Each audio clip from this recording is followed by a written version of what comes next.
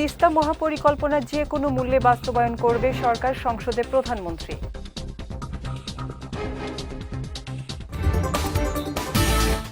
বাজেটে কৃষি খাতে বরাদ্দ পর্যাপ্ত নয়, আরও বাড়ানো উচিত বললেন রিজভী।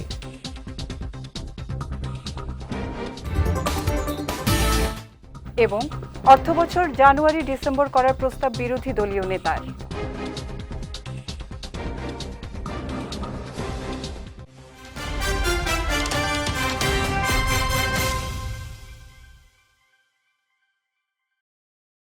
আসসালামু আলাইকুম। পুষ্টিচা নিবেদিত বিজয় রাতের সংবাদে আমন্ত্রণ জানাচ্ছি আমি উম্মে কুলসুম। শুনছিলেন শিরোনাম, এবারে বিস্তারিত। দেশের উত্তরাঞ্চলের মানুষের দীর্ঘদিনের দাবি ও পানি সংকট নিরসনে তিস্তা ব্যারেজ মহাপরিকল্পনা যে কোনো মূল্যে বাস্তবায়ন করা হবে বলে জানিয়েছেন প্রধানমন্ত্রী তারেক রহমান। দুপুরে জাতীয় সংসদে প্রস্তাবিত বাজেটের ওপর সাধারণ আলোচনায় অংশ নিয়ে বক্তব্যকালে একথা জানান তিনি। বক্তব্যকালে দেশের অর্থনীতি, কৃষি, ক্রিয়েটিভ ইকোনমি, শিক্ষা এবং জ্বালানি খাতের দীর্ঘমেয়াদী সংস্কার ও ভবিষ্যৎ পরিকল্পনার চিত্র তুলে ধরেন প্রধানমন্ত্রী তারেক রহমান। তিনি স্পষ্টভাবে জানান, রাজশাহী ও রংপুর বিভাগের সংসদ সদস্যসহ উত্তরাঞ্চলের সাধারণ মানুষের পানি ও তিস্তা নিয়ে যে গভীর উদ্বেগ রয়েছে, বর্তমান সরকার তা অত্যন্ত গুরুত্বের সঙ্গে বিবেচনা করছে। এর স্থায়ী সমাধানে সরকার বদ্ধপরিকর বলেও জানান প্রধানমন্ত্রী। তিনি আরও বলেন, বিএনপি যখনই দেশ পরিচালনার সুযোগ পেয়েছে, মানুষের পানির অধিকার নিশ্চিত করার চেষ্টা করেছে। এ সময় মধ্যপ্রাচ্য সহ বিশ্বজুড়ে বাংলাদেশের শ্রমবাজার সম্প্রসারণ প্রসঙ্গে প্রধানমন্ত্রী বলেন, বর্তমান সরকার বৈশ্বিক শ্রমবাজারে আরও বেশি সংখ্যক দক্ষ জনশক্তি পাঠাতে নতুন নতুন দেশের সঙ্গে যোগাযোগ করছে। বর্তমান সরকার পদ্মা ব্যারেজ নির্মাণের উদ্যোগ গ্রহণ করেছে। বর্ষা মৌসুমে যে অতিরিক্ত পানি আমাদের কাছে আসে, সেই পানিটিকে আমরা ধরে রাখবো, যাতে করে শুষ্ক মৌসুম এবং বছরের বাকি সময়টা আমরা কৃষক সহ সকলের কাছে পানি সরবরাহ করতে পারি। জাতীয় অগ্রাধিকার ভিত্তিতে ইনশাল্লাহ এই সরকার যে কোনো মূল্যে তিস্তা ব্যারেজ মহাপরিকল্পনা বাস্তবায়ন করবে। প্রতি বর্ষে সারা দেশের শিক্ষার্থীদের অন্তত একটি করে গাছ রোপণের আহ্বান জানিয়েছেন প্রধানমন্ত্রী তারেক রহমান। আজ চীন মৈত্রী সম্মেলন কেন্দ্রের বাইরে নিম গাছ লাগিয়ে দেশব্যাপী ২৯,০০০-এর বেশি শিক্ষা প্রতিষ্ঠানে একযোগে বৃক্ষরোপণ কর্মসূচির উদ্বোধন করে এ আহ্বান জানান তিনি। বলেন, জীবদ্দশায় প্রতি বছর একটি করে গাছ লাগাতে হবে সবাইকে। বর্তমানে জলবায়ুর পরিবর্তন হচ্ছে। আগে বর্ষাকাল লম্বা সময় ধরে থাকলেও সেটা এখন থাকছে না। এ সময় পরিবেশের ভারসাম্য রক্ষায় সবাইকে গাছ লাগানোর আহ্বান জানান প্রধানমন্ত্রী তারেক রহমান। পরে শিক্ষার্থীদের স্টল ঘুরে দেখেন প্রধানমন্ত্রী তারেক রহমান ও তার সহধর্মিণী জোবাইদা রহমান। আমি চাই তোমাদেরকে একটা অনুরোধ করব, একটা উপদেশ দিব, প্রত্যেক বছর তোমরা একটা একটা করে গাছ প্রত্যেকে রোপণ করবে। তোমরা যদি প্রত্যেকে একটা করে রোপণ করো গাছ, তুমি দেখবে গাছটা যখন একটু বড় হবে তখন তোমার বন্ধুর মতন মনে হবে তাকে, এবং ওই গাছটা যত বড় হতে থাকবে তুমিও বড় হতে থাকবে। আমরা চেষ্টা করি প্রতি বর্ষা মৌসুমে অন্তত একটা করে, মিনিমাম একটা করে আমরা গাছ রোপণ করব। আর শিক্ষকবৃন্দ যারা আছেন, আপনাদের কাছে অনুরোধ থাকবে, আপনাদের স্কুলে যারা ছাত্রছাত্রী আছে তাদেরকে আপনারা উৎসাহ দিবেন গাছ রোপণ করার জন্য। প্রধানমন্ত্রী তারেক রহমানের সঙ্গে সৌজন্য সাক্ষাৎ করেছেন বাংলালিংক এর মূল প্রতিষ্ঠান ভিওনোর চেয়ারম্যান অগিফা বেলা। সকালে সংসদ ভবনে প্রধানমন্ত্রীর কার্যালয়ে এই সাক্ষাৎ অনুষ্ঠিত হয়। সাক্ষাতে ডিজিটাল সেবা আরও সহজলভ্য করার বিষয়ে আলোচনা হয়। এ সময় প্রধানমন্ত্রী তারেক রহমান বাংলালিংক কর্তৃপক্ষকে আরও সাশ্রয়ী মূল্যে স্মার্টফোন সাধারণ মানুষের কাছে পৌঁছে দেওয়ার উদ্যোগ গ্রহণের আহ্বান জানান, যাতে সমাজের সব শ্রেণী পেশার মানুষের হাতে স্মার্টফোন পৌঁছে যায়। একই সঙ্গে ইন্টারনেটের মূল্য আরও কমানোর বিষয়টি বিবেচনা করার আহ্বানও জানান প্রধানমন্ত্রী তারেক রহমান। দেশের অর্থনীতির চাকা সচল রাখতে হলে কৃষি খাতে বাজেট বরাদ্দ বাড়ানো অপরিহার্য। বর্তমান বাজেটের আকার যে হারে বাড়ছে, কৃষি বাজেট সে তুলনায় বাড়েনি বলে মন্তব্য করেছেন প্রধানমন্ত্রীর রাজনৈতিক উপদেষ্টা ও বিএনপির সিনিয়র যুগ্ম মহাসচিব রুহুল কবির রিজভী। আজ রাজধানীর কৃষিবিদ ইনস্টিটিউশনে এক সেমিনারে তিনি এসব কথা বলেন। এগ্রিকালচারিস্ট অ্যাসোসিয়েশন অব বাংলাদেশ আয়োজিত এই সেমিনারে প্রধান অতিথির বক্তব্যে তিনি আরও বলেন, বাংলাদেশের অর্থনীতির প্রাণ কৃষি হলেও জাতীয় বাজেট বাজেটে এ খাতের বরাদ্দ সেভাবে বৃদ্ধি পায়নি। তাই দেশের অর্থনীতিকে আরও শক্তিশালী করতে হলে কৃষি বাজেটে গুরুত্ব বাড়ানোর পরামর্শ দেন তিনি। বাজেট বৃদ্ধি হয়েছে 17.7%। সেই তুলনায় কৃষির যেটা বৃদ্ধি হয়েছে সেটা খুব বেশি না। দেশের বর্তমান অর্থ বছর জুলাই-জুন পরিবর্তন করে জানুয়ারি-ডিসেম্বরে নেয়ার প্রস্তাব দিয়েছেন বিরোধী দলীয় নেতা ও বাংলাদেশ জামায়াতে ইসলামীর আমির শফিকুর রহমান। আজ ত্রয়োদশ জাতীয় সংসদের অধিবেশনে বাজেটের ওপর আলোচনায় অংশ নিয়ে এ প্রস্তাব উত্থাপন করেন তিনি।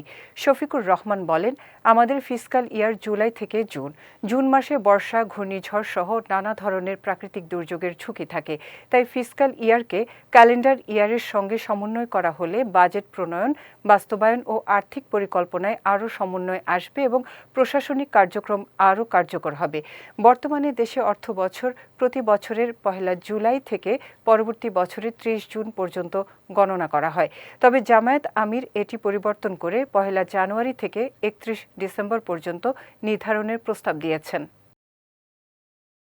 এটা জুলাই টু জুন হওয়ার কারণে এবং শেষের দিকটা বন্যা দুর্যোগ থাকার কারণে তাড়াহুড়া করে অর্থ ছাড়া হয়, পরে এখানে অপচয় এবং লুটপাটের দুয়ার উন্মুক্ত হয়ে যায়। ফিসকাল ইয়ারটা আমাদের ক্যালেন্ডার ইয়ারের সাথে মিলিয়ে দেওয়া হোক, অর্থাৎ জানুয়ারি থেকে ডিসেম্বর এই সময়টা হোক ফিসকাল ইয়ার। 21 পদকপ্রাপ্ত কিংবদন্তি চিত্রশিল্পী ও নির্মাতা মুস্তাফা মনোয়ারের জানাজা আগামীকাল অনুষ্ঠিত হবে বলে জানিয়েছেন ছেলে সাদাত মনোয়ার। আজ হাসপাতালে এ কথা জানান তিনি। বলেন, জানাজার শেষে শ্রদ্ধা জানানোর জন্য তার মরদেহ জাতীয় শহীদ মিনারে নেওয়া হবে। এর আগে আজ সকাল 9:30টায় রাজধানীর একটি বেসরকারি হাসপাতালে শেষ নিঃশ্বাস ত্যাগ করেন মুস্তাফা মনোয়ার।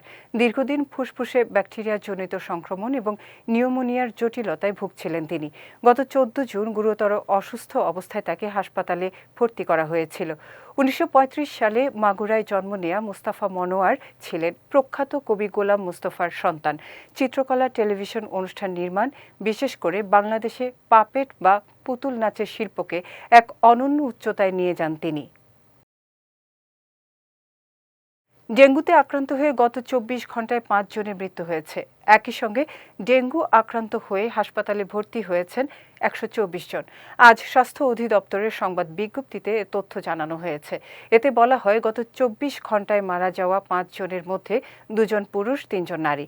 চলতি বছর এখন পর্যন্ত ডেঙ্গুতে মারা গেছেন 18 জন, যাদের মধ্যে 10 জন পুরুষ ও 8 জন নারী।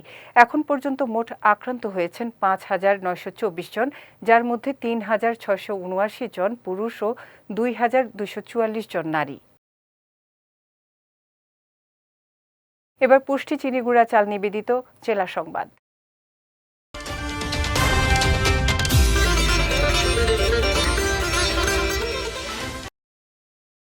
কুমিল্লার 14 গ্রামে প্রেমিকার ছুরিকাঘাতে সাইদ আব্দুল্লাহ সিয়াম নামে এক যুবক নিহত হয়েছেন। এ ঘটনায় অভিযুক্ত কিশোরী প্রেমিকাকে গ্রেফতার করেছে পুলিশ। ভোরে 14 গ্রাম পৌরসভার লক্ষ্মীপুর গ্রামে এ ঘটনা ঘটে। পুলিশ জানায়, ঘটনার সময় নাইমা জাহান সিয়ামের বাড়িতে অবস্থান করছিলেন। সোমবার ভোরে দুইজনের মধ্যে কথা কাটাকাটি হয়। এক পর্যায়ে নাইমা একটি ধারালো ছুরি দিয়ে সিয়ামের পেটে আঘাত করেন। পরে পরিবারের সদস্যরা গুরুতর আহত অবস্থায় সিয়ামকে 14 গ্রাম উপজেলা স্বাস্থ্য কমপ্লেক্সে নিলে চিকিৎসক তাকে মৃত ঘোষণা করেন। এ বিষয়ে 14 গ্রাম থানার ভারপ্রাপ্ত কর্মকর্তা মোহাম্মদ আরিফ হোসাইন জানান, হত্যায় ব্যবহৃত ছুরিটি উদ্ধার করা হয়েছে। এছাড়া ঘটনার সময় উপস্থিত আরিয়ানকে জিজ্ঞাসাবাদের জন্য আটক রাখা হয়েছে। হত্যাকাণ্ডের প্রকৃত কারণ উদ্ঘাটনে তদন্ত চলছে বলেও জানান এই পুলিশ কর্মকর্তা। টাঙ্গাইলের শিশু ছেলেকে হত্যার দায়ে মাকে 13 বছর সশ্রম কারাদণ্ডের আদেশ দিয়েছেন আদালত। একই সঙ্গে তাকে 40,000 টাকা জরিমানা এবং অনাদায়ে আরও 6 মাসের বিনাশ্রম কারাদণ্ড প্রদান করা হয়েছে। দুপুরে টাঙ্গাইলের বিশেষ ট্রাইব্যুনাল 1-এর বিচারক হাফিজুর রহমান এ রায় দেন। মামলার বিবরণে জানা যায়, 2020 সালের 30 আগস্ট সকালে আয়না বেগমের স্বামী জহিরুল ইসলাম সংবাদ পান তার 18 দিন বয়সের শিশুপুত্রকে পাওয়া যাচ্ছে না। এ খবর পাওয়ার পর তিনি তার শ্বশুরবাড়ি লাউহাটি গ্রামে যান। খোঁজাখুঁজির এক পর্যায়ে শ্বশুর বাড়ির পাশের খালের পানিতে ছেলের মৃতদেহ দেখতে পান। পরে খবর পেয়ে পুলিশ মৃতদেহ উদ্ধার করে। এরপর ময়না তদন্তের প্রতিবেদনে জানা যায়, 18 দিনের শিশু রায়হানকে শ্বাসরোধ করে হত্যা করা হয়েছে। এ ঘটনায় জহিরুল ইসলাম বাদী হয়ে তার স্ত্রীর বিরুদ্ধে মামলা দায়ের করেন। ব্রাহ্মণবাড়িয়ার কসবায় ইট বোঝাই ট্রাক নিয়ন্ত্রণ হারিয়ে সড়কের পাশে খাদে পড়ে 2 জন শ্রমিক নিহত হয়েছে। সকালে উপজেলার 3 লাখ পীর চারগাছ সড়কের বাদইর ইউনিয়নের মান্দারপুর এলাকায় এ দুর্ঘটনা ঘটে। নিহতরা হলেন মাসুক মিয়া ও আরমান মিয়া। এ ঘটনায় ট্রাকের চালক ও হেলপার গুরুতর আহত হয়েছেন। পুলিশ জানায়, সকালে চারগাছ এলাকার ইট বিক্রির প্রতিষ্ঠান থেকে ইট বোঝাই ট্রাকে নিয়ে চারগাছে আসার সময় মান্দারপুর এলাকায় ট্রাকটি নিয়ন্ত্রণ হারিয়ে সড়কের পাশে খাদে পড়ে যায়। এতে ট্রাকের ওপরে থাকা 2 শ্রমিক ঘটনাস্থলেই মারা যান। যাচ্ছি পুষ্টি ড্রিঙ্কিং ওয়াটার নিবেদিত খেলার সংবাদে।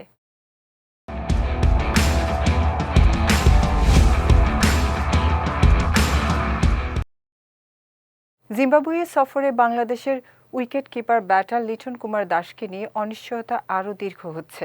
পায়ের চোট থেকে এখনও পুরোপুরি সেরে না ওঠায় সিরিজের শুরুতে তাকে পাওয়ার সম্ভাবনা খুবই কম। চলতি মাসে অস্ট্রেলিয়ার বিপক্ষে ওয়ানডে সিরিজে বাঁ পায়ের কাফ মাসলে চোট পান লিটন। এরপর টি-20 সিরিজ ও জিম্বাবুয়ে টেস্ট সিরিজ থেকেও ছিটকে যান এই অভিজ্ঞ ব্যাটার। এ বিষয়ে জাতীয় দলের ফিজিও বাইজিদুল ইসলাম খান জানিয়েছেন, লিটনের চোট এখনও গ্রেড 1 পর্যায়ে রয়েছে এবং পুরোপুরি সুস্থ হতে আরও সময় লাগবে। ফিটনেস টেস্ট সহ সব শারীরিক পরীক্ষায় উত্তীর্ণ হলেই কেবল তাকে ম্যাচের জন্য বিবেচনা করা হবে বলে জানিয়েছেন ফিজিও। তবে দলের সঙ্গে বুধবার জিম্বাবুয়ের উদ্দেশ্যে রওনা দেওয়ার কথা রয়েছে লিটনের। সেখানে থেকেই তিনি পুনর্বাসন চালিয়ে যাবেন। বিশ্বকাপে চমকে দেখানো কেপ ভার্দের অভিজ্ঞ গোলরক্ষক ভজিনিয়া এখন আলোচনার কেন্দ্রবিন্দুতে। টুর্নামেন্ট শুরুর আগে খুব বেশি পরিচিত না হলেও দুর্দান্ত পারফরম্যান্সে তিনি এখন বিশ্ব ফুটবলের অন্যতম আলোচিত নাম। মাত্র 6 লাখের কম জনসংখ্যার দেশ কেপ ভার্দে এবারে বিশ্বকাপে ইতিহাস গড়ে প্রথমবারের মতো নকআউট পর্বে জায়গা করে নিয়েছে। গ্রুপ পর্বে স্পেন, উরুগুয়ে ও সৌদি আরবের মতো শক্তিশালী দলের বিপক্ষে লড়াই করে বড় চমক দেখায় দলটি। আর এই সাফল্যের নেপথ্যে বড় ভূমিকা রাখেন 40 বছর বয়সী এই গোলরক্ষক। বিশ্বকাপ শুরুর আগে ভজিনিয়া জানিয়েছিলেন, আর্জেন্টিনার বিপক্ষে খেলাই তার সবচেয়ে বড় স্বপ্ন।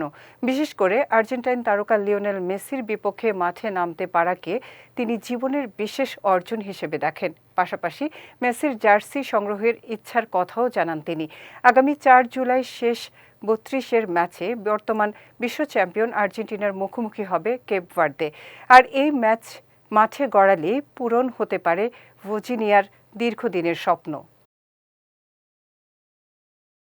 পুষ্টিচা নিবেদিত বিজয় রাতের সংবাদ শেষ করার আগে শিরোনামগুলো দেখে নিচ্ছি আরও একবার।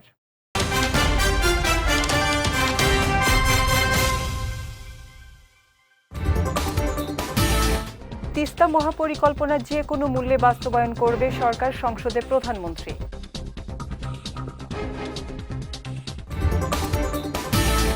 বাজেটে কৃষি খাতে বরাদ্দ পর্যাপ্ত নয়, আরও বাড়ানো উচিত বললেন রিজভী।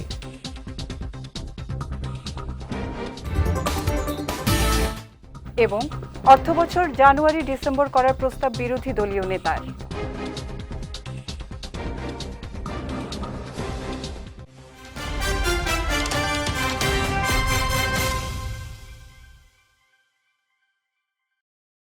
বিজয় রাতের সংবাদ শেষে আজকের মতো আমি উম্মে কুলসুম আপনাদের কাছ থেকে বিদায় নিচ্ছি। আগামীকাল একই সময়ে নতুন সব খবর দেখতে চোখ রাখুন বিজয় টিভিতে। এছাড়াও আজকের বিজয় রাতের সংবাদের ভিডিও দেখতে পারেন আমাদের ইউটিউব এবং ফেসবুক পেজে। আমাদের ইউটিউব হলো youtube.com/bijaytvofficial এবং আমাদের ফেসবুক পেজ হলো facebook.com/bijaytvlimited। এতক্ষণ সঙ্গে থাকার জন্য ধন্যবাদ সবাইকে।